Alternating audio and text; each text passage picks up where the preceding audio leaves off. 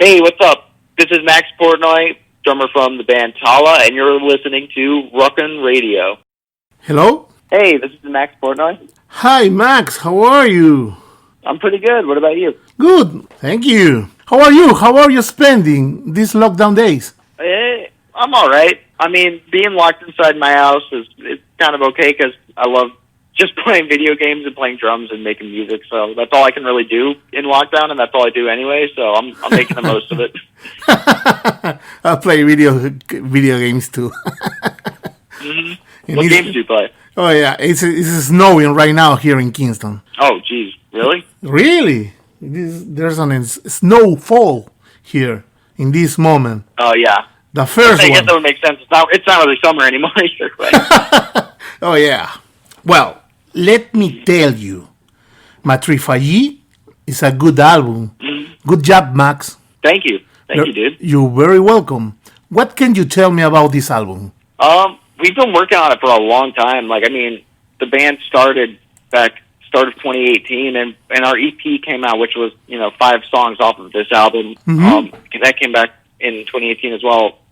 So it's been a long time coming, and we're just super stoked to have it out there. We're super proud of it, and people seem to be loving it too. So yeah, and it is a concept, like lyrically.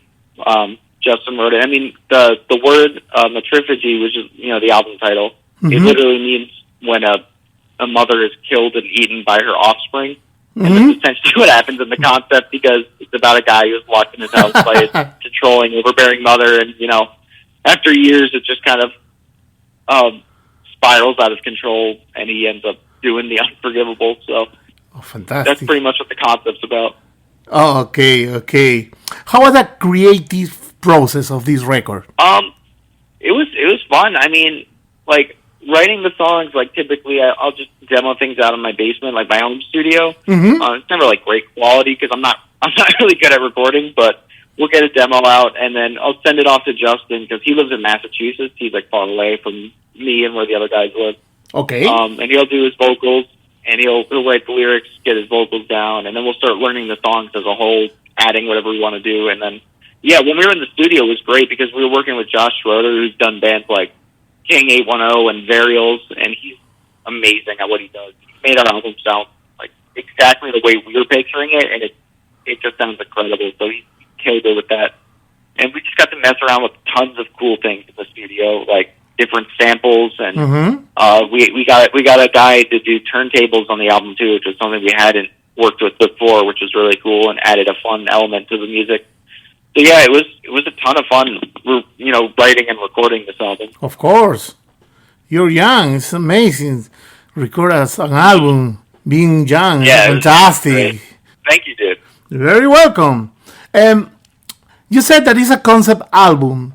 Why did you decide to create that a concept album to talk about psychological and physical abuse?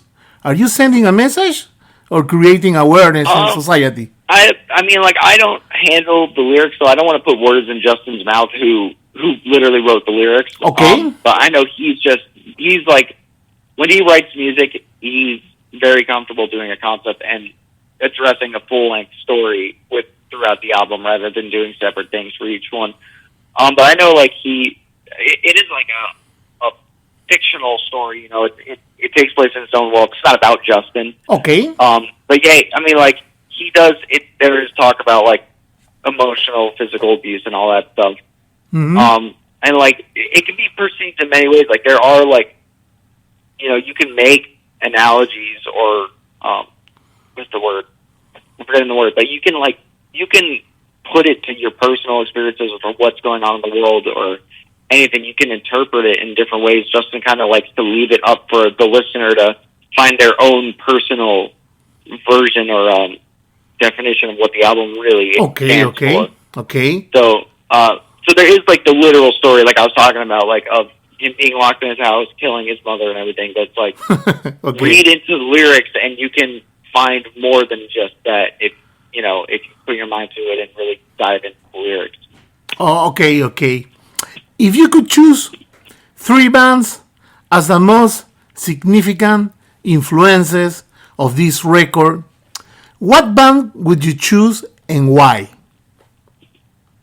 I mean, Slipknot's just been a huge influence for me in general. So I would say Slipknot, Korn, and I guess Code Orange, because I dig that sound that they're doing. I mean, I love that general hardcore sound that a lot of bands are doing, but they're like the ones that got me into it, I guess you could say. So those kind of sounds, if we kind of mushed them together and did our own thing with it, they would kind of form what Tallah is. Okay.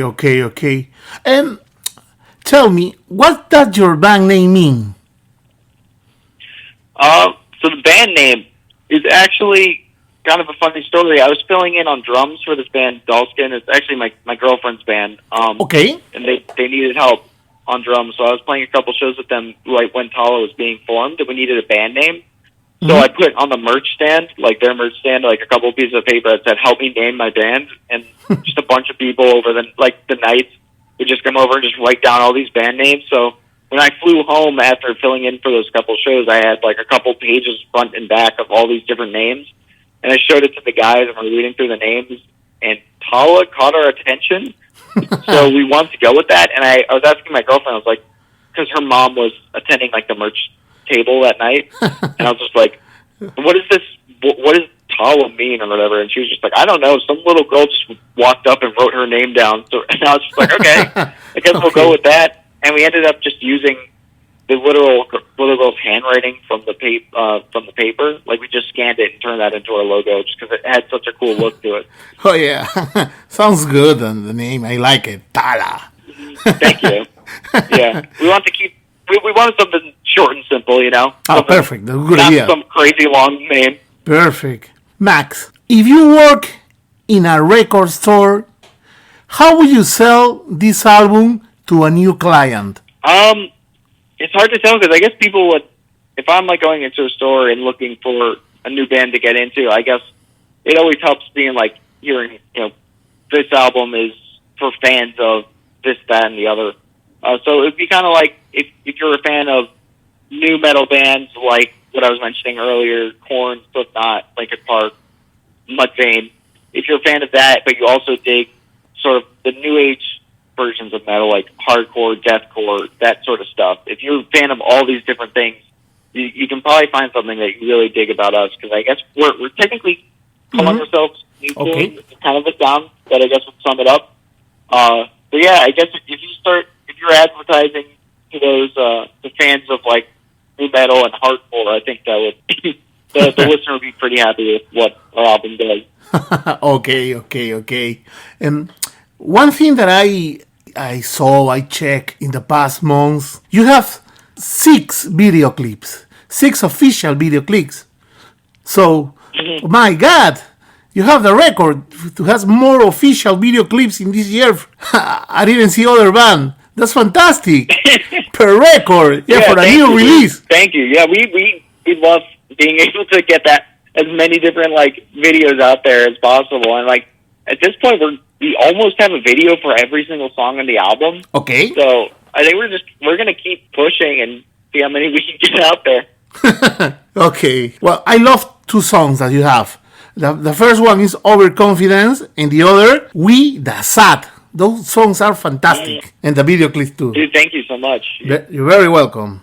And I know that you're young, but there's my question. If you could change anything about the music industry, what would it be? I guess the big one would just be if people here's the thing: streaming is good and bad. Obviously, you get way more exposure from streaming and having anyone be able to access your music at any time. You can get way more attention and get more fans that way. But the bands themselves, the artists, they don't make as much money because of that anymore, because now people just kind of abuse it and just do that instead of buying the album. So it's like, I wish there was a way in the music world to still have streaming for people that either, can't afford to just buy a bunch of albums. And also it helps get exposure for other bands looking to get out there. But I wish maybe people would just still buy albums in addition to streaming. Like when I'm listening to music, I'll buy the albums usually digitally or like a physical copy, but then I still, I'll stream it still. But as long as I'm buying and supporting the album, the artists and the bands, I feel good, and I wish just more people, would do that. And if they don't buy the album, just supporting, going out to seeing shows and stuff always helps the band. Okay. Any last word for the listeners of Rockum Radio? I don't know. I think we've talked about pretty much everything. I mean, we have like our social media pages on Instagram, Facebook, Twitter, YouTube. We're always posting new content, trying to get out as much as we can since we can't be on the road touring. So if anyone is trying to keep up to date with what we're doing, those sites always are up to date with whatever we're doing.